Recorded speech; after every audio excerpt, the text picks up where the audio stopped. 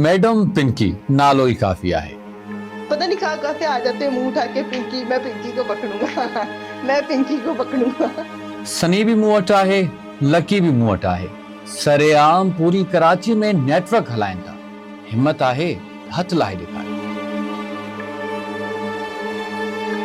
ये लफ्ज़ कराची जे मशहूर कुकिंग डीलर अनमोल उर्फ पिंकी जा आहिनि, जेका पंहिंजे मुबैना ऑडियो पैगाम में पुलिस के सरेआम ललकारे रही है। कराची जी अदालत में बिना हथकड़ीअ जे बेखौफ अंदाज में नजर ईंदड़ ही का आम औरत न पर अनमोल उर्फ पिंकी है, जंहिं ते कराची समेत समूरे मुल्क में मंशियात जो सब खां वॾो ऐं ख़तरनाक नेटवर्क हलाइण जो इल्ज़ाम है। कोकीन जी सब खां ख़तरनाक डीलर समझी वेंदड़ अनमोल उर्फ पिंकी माज़ी में भी गिरफ्तार थी, पर तकर में आजाद थी। मंशियात फरोशी जे इल्ज़ाम हेठि गिरफ्तार पिंकी पेशीअ वक़्त आॾो हलंदी रही ऐं जांच ऑफिसर पुठियां पुठियां हलंदे खेसि रस्तो ॾेखारींदो रहियो। पेशीअ वक़्त न का पुलिस SOPs मुताबिक सिक्योरिटी हुई ऐं नई मुल्ज़िमा के का हथकड़ी लगाई वई हुई।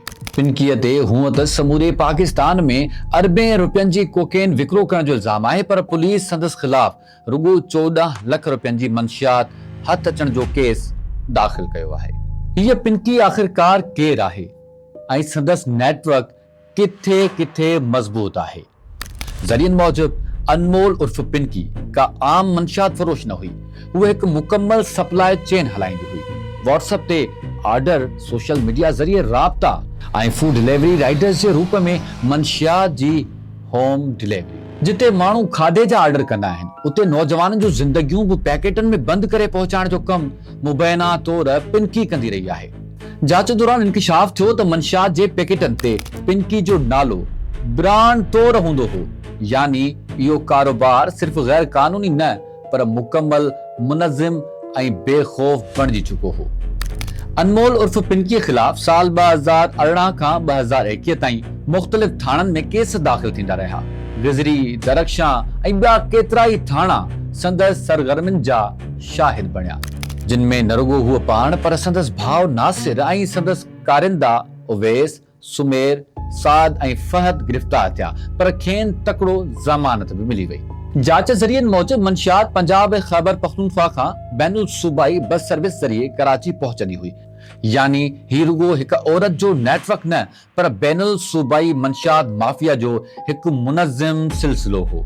अनमोल उर्फ पिंकी न रुगो मंशियात जे केसनि में नामज़द हुई, पर हिक क़त्ल केस में पिण रूपोश हुई, जंहिंजी FIR कापी पिण साम्हूं आई आहे। पर सभ खां वॾो सवाल अञा बि क़ाइम आहे। जेकॾहिं हिक औरत सालनि ताईं शहर जे पोश इलाइक़नि में मंशियात जो ब्रांड हलाए सघे थी, त पोइ कराची जी सिक्योरिटी, निगरानी ऐं कानून लागू कंदड़ इदारनि जी कारकर्दगी ते सवाल छो न उभरनि?